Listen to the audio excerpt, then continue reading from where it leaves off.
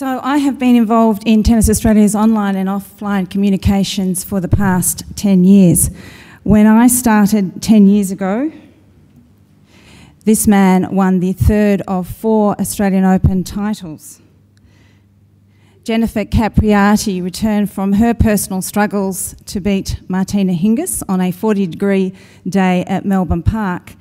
And we lost a much-awaited Davis Cup final to France at Melbourne Park. Pat Rafter retired shortly after that, and this man, Wayne Arthurs, was absolutely shattered, as were we all, when he lost the live 5th rubber to Nicolas Escudé of France.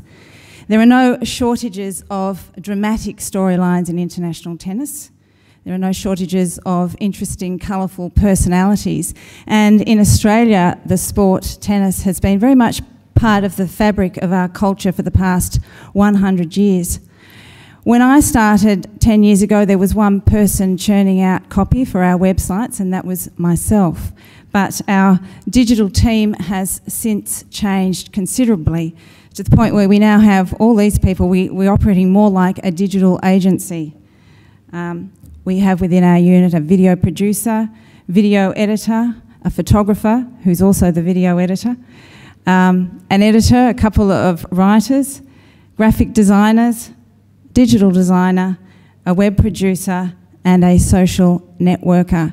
And I'll just take this moment to tell you that our wonderful web producer is leaving, and we've advertised for that role on the tennis website. And we've also got a few more roles coming up, so if you're interested in being part of tennis, then keep an eye on tennis.com.au for more information. It's a fairly unique situation for a sports organisation to be in, to have all this in-house production, but one that we're seeing more and more of. Our counterparts over in Paris at Roland Garros do most of their production in-house these days, and I understand that the AFL, we'll hear a bit more from them later, are also going this way. It enables us to have more control over our content, to create more content, and we feel to create better content because we believe that nobody knows the sport better than ourselves. And it also cuts down on a lot of costs, especially with services like web production and design and web development.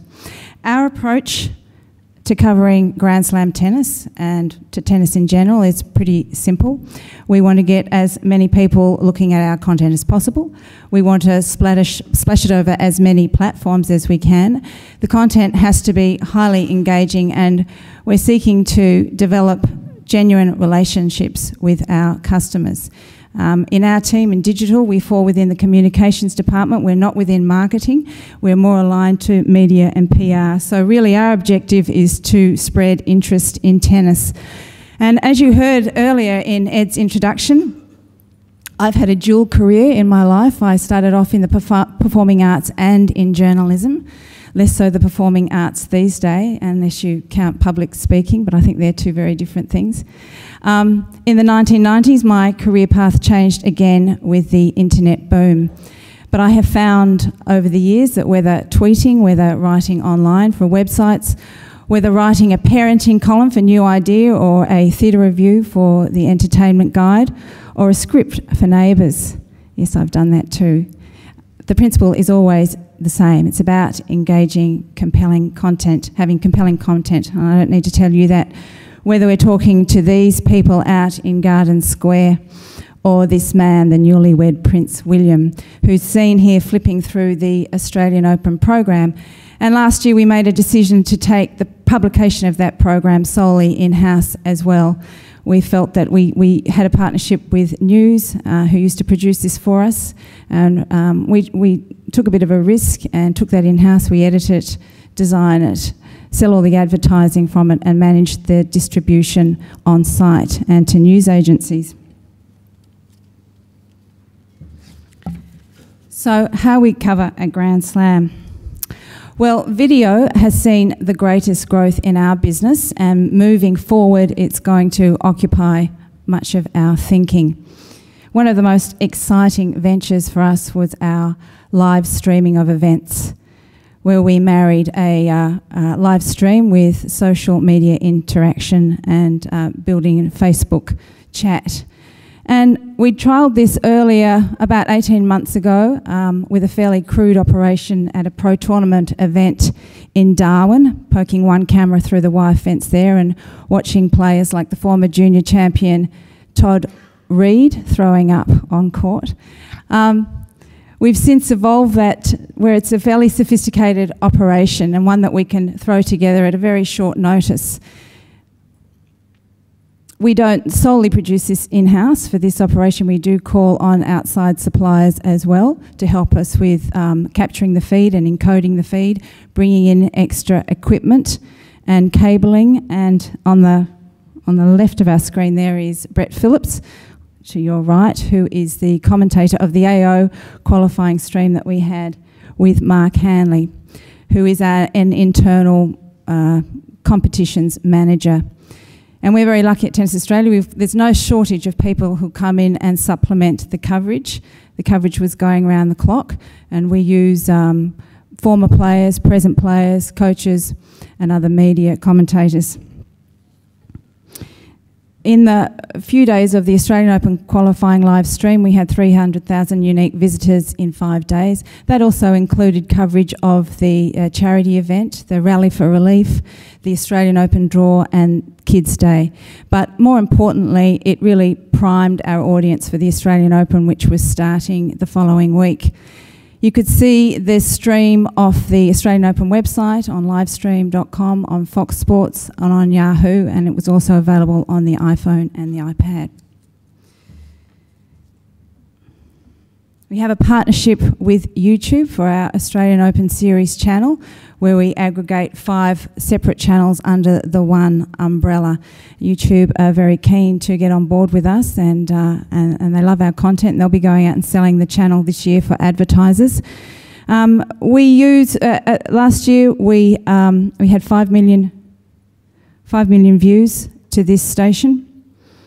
The content included live match highlights, match replays, press conferences, off-court colour, that sort of thing. We uploaded 555 clips, and 20% of the audience was coming from America. 78% of those watching were male. most popular content is always that which we can't predict, such as, I don't know if any of you remember that the dead ball incidents on Hisense Arena last year.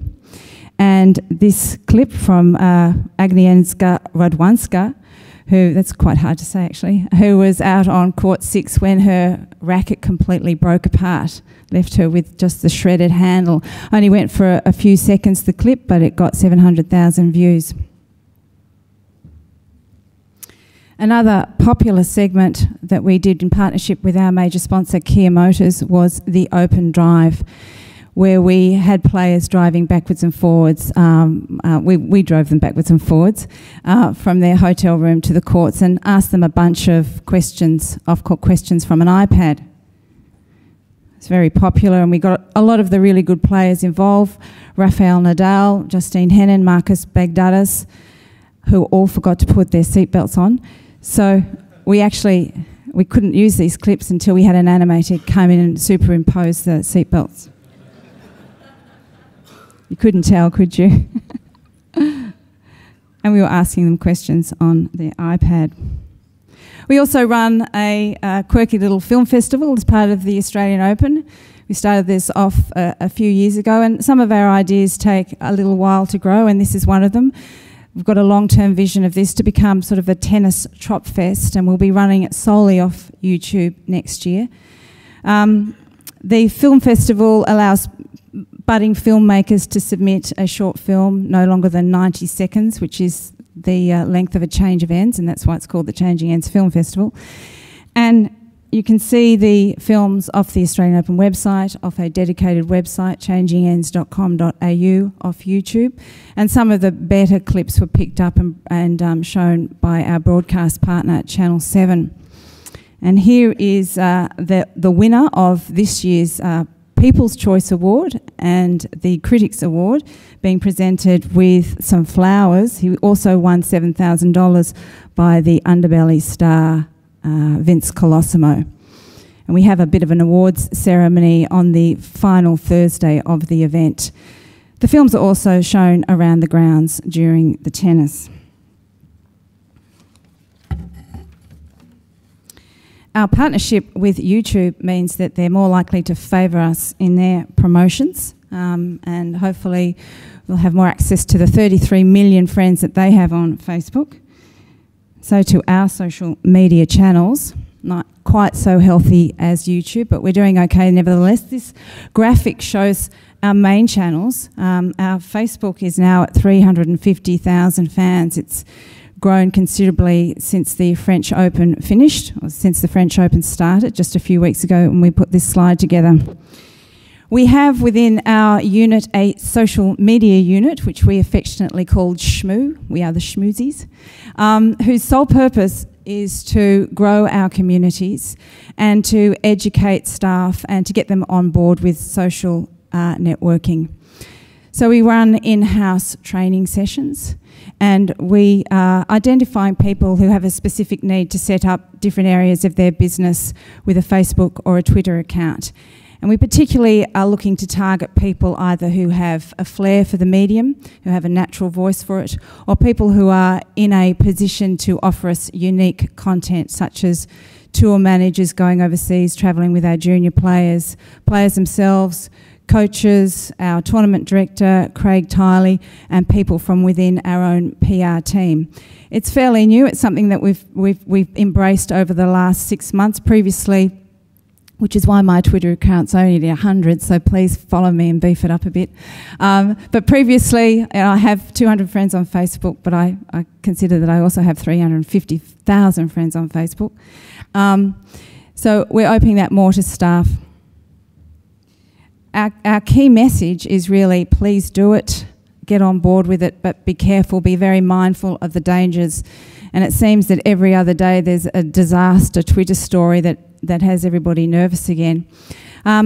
A lot of the younger players in tennis are getting on board with Twitter, and the Women's Tennis Association, which runs women's tennis, has a very savvy marketing guy who came from Disney, and they're really proactively helping their players set up accounts. They have a handout that they give to tournament organisers, which step by step takes them through how they can set up a Twitter account and how they can take more advantage of Facebook advertising. Still, there are probably only half a dozen players out there who have sizable social media following, and that would be on Facebook, Roger Federer, Rafael Nadal and Maria Sharapova, and on Twitter it's Serena Williams, Andy Roddick and Andy Murray. With us at the Australian Open, we placed a heavy emphasis on responding to fans individually, asking them questions, talking to them, engaging with players who were tweeting, engaging with celebrities who were tweeting, and taking in non-followers as well. We try not to spam our followers. We put about 5 updates, status updates a day, but more and more we're using Twitter as a news feed. And we've heard that at Wimbledon this year, which is starting in a couple of weeks, they'll actually be having a different Twitter account for each court there. Some of our social media at this year's Open included broadcasting messages and fan tweets from around the grounds. We favourited tweets and they appeared on the homepage of the Australian Open. And we partnered with IBM. IBM is our technology partner. They help build the AO website. And they have the Twitter Scouts, so 4 or 5 Twitter Scouts who they're not accredited to come inside Rod Laver, but outside they cover the tennis from around the grounds. So we met with them each day. They form part of our extended editorial team. And we engaged with them openly and interacted with them on Twitter. We also created Australian Open Facebook and Twitter T-shirts, which we gave out at Tweetups in Garden Square. I actually don't think this man is one of our followers. He saw us one day and he thought that he conned his way into getting a free T-shirt. It's a bit like a singles meeting at that Garden Square when you call for a tweet up and you don't know who's going to turn up. Not that I've done that before. We also had fans checking in with Foursquare and Facebook Places, and they could have discounts on stuff that they bought. And we invited the community to blog on the Australian Open website. So we put a call out to people globally to send us links to their blogs, and we took the best of these. And we've since unearthed some really great writing talent that we continue to use on the AO website. We've since grown our Facebook account by leveraging off the Grand Slam tournaments that are happening now around the world. Wimbledon is about to start in a few weeks, as I said, and making our presence known on player pages and through the official channels.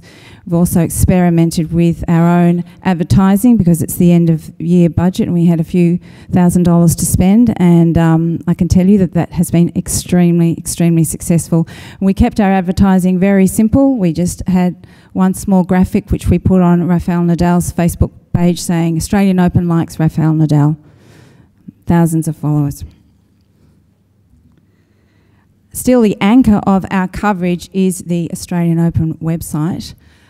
So we're part of the 4 Grand Slam websites, and it's difficult for us to compete in terms of traffic with the others because of our time zones and our broadcasting restrictions, but we don't do too badly nevertheless. Wimbledon has the greatest traffic. Last year they reportedly had 12 million unique visitors, and we're fairly much neck and neck with Roland Garros and the US Open. Pretty much if we get good matches, we get good traffic. And such as a couple of years ago when Leighton Hewitt and Baghdadis played till 4 o'clock in the morning, it's not so good for us on the website team because we start at 8 in the morning, but we don't mind if we get good traffic. This year we had just over 10 million unique visitors, 280 million page views. 3/4 of our traffic is coming from overseas, but Australia and the United States dominate by nation, and the biggest city is still Melbourne. In terms of the web team and our coverage, we really scale up in January, so it's not just the 8 core people in our digital team, our digital agency. We have 8 editorial assistants, we have a website editor, we have myself, I act as a chief of staff. We have photo editors, we have video assistants, we have radio people. We use journalists who are accredited around the floor, on the floor there, to provide extra depth to our coverage. And we have a contract with Getty Images, but we also take on a freelance photographer so that we can use copyright-free images for the rest of the year. And we invest in that so that the images are of a high standard. So despite the sustained growth of our website traffic, the biggest growth has been, of course, in mobile. And this is our iPhone app. We've had this for the last few years and we continue to evolve it. It's free. We had 700,000 downloads of the app this year, and IBM built in a new feature called AO View there. It's augmented reality where you can point it to different areas of around the ground and it'll give you a score or tell you what's going on Grand Slam Oval or Garden Square. In building the site, we have wanted to make it render as much as possible on iPad, so we've cut down on any of the flash elements, and traffic increased by 63%, our mobile traffic over 2010. We also experimented with putting the Australian Open program that we now have in-house, so we can do whatever we want with it, on the iPad. And it was a fairly late decision to do this because we just made the decision in August last year to actually take over production of the program, which coincided with the release of iPad in Australia. So we had to do something, we wanted to do something fairly quickly. Again, we developed this with our technology partner, IBM. The app contained live data feeds from the tournament with content from the physical program and other cool features. You could sign the app with your fingernail and save it to a digital scrapbook and email it to your friends. We were experimenting with how much we would charge for the app. We didn't want it to be completely free. We didn't want it to compromise on-site sales of the physical program, which is $16. And we did a bit of research which showed that of the top apps, the median price was about $5, so that's where we set our price. And it was the highest, most popular paid app in iTunes for the duration of the tournament. It was released to the world on January the 17th by this handsome young Spaniard, Fernando Verdasco, who has my iPad. And despite earning squillions of dollars, he asked if he could keep my iPad. I'll do anything for a tennis player, but I'm not giving him my iPad. And finally, we cover the tennis with AO Radio, which we've been doing for the last 8 years. It's our oldest form of communication now, but it's delivered by a highly experienced group of tennis broadcasters. And that is streamed off the website. You can hear it around the grounds on FM, on a narrowcast FM band. And it's also available on smartphones. We're yet to lock in our content for next year's tournament, but the key areas of our focus will be having an iPad version of the iPhone app, which was produced at Roland Garros. They did a version at the recent tournament there. There will continue to be a separate paid app for the program, but we would like to see more multimedia features built into the app next year.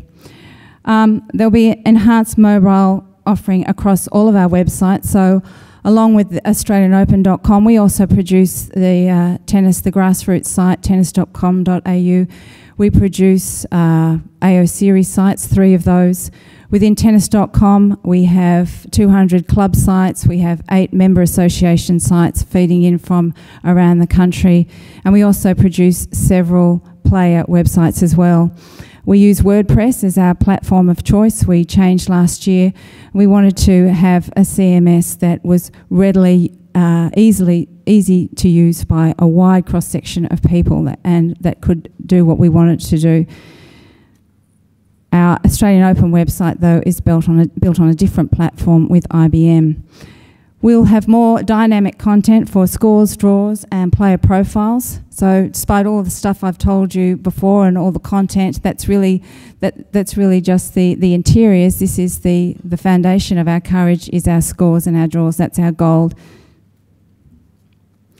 There'll be increased video offering, ad support across all our mobile properties, and increased social activity and specific campaigns, which hopefully after today we'll have a more idea of what we're going to do there as well.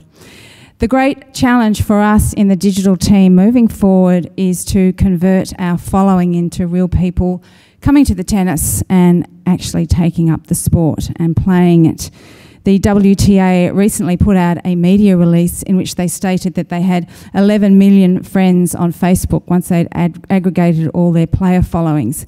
And I thought, that's terrific. But I turned on the television recently to watch a Premier 1 women's tennis event in Stuttgart featuring the number 2 player in the world at the time, Vera Zvonareva, and there was practically nobody watching in the stands. So having a lot of Facebook followers doesn't always mean that they're going to turn up to your party. A key focus for Tennis Australia moving forward is to get more young people into tennis by taking up their starter program for beginners, Tennis Hot Shots, and also for older people, for older adults to consider cardio tennis as a viable form of fitness. And for us in the digital team, that really means using our expertise to also convert people's interest into taking up tennis. What that means facilitating them to get a coach or find a partner or find a club to play, or perhaps shifting the perception that might exist in some quarters that tennis is an outdated sport, that it's played behind a padlock gate in some remote outer suburban club, or that perhaps it's uncool. Now, I certainly don't believe that. I've been playing this tennis all my life, and one of the great things about tennis is that you can play it all your life. It's a sport that really does appeal to a cross-section of the community, and I think it builds social networks in the physical world as well as in the virtual world. So thank you for coming today. I'd like to open the floor now for questions, and the digital team from Tennis Australia has joined me here today. They're sitting over there, and you'll be able to talk to them in the ad break more specifically about their areas. Thank you.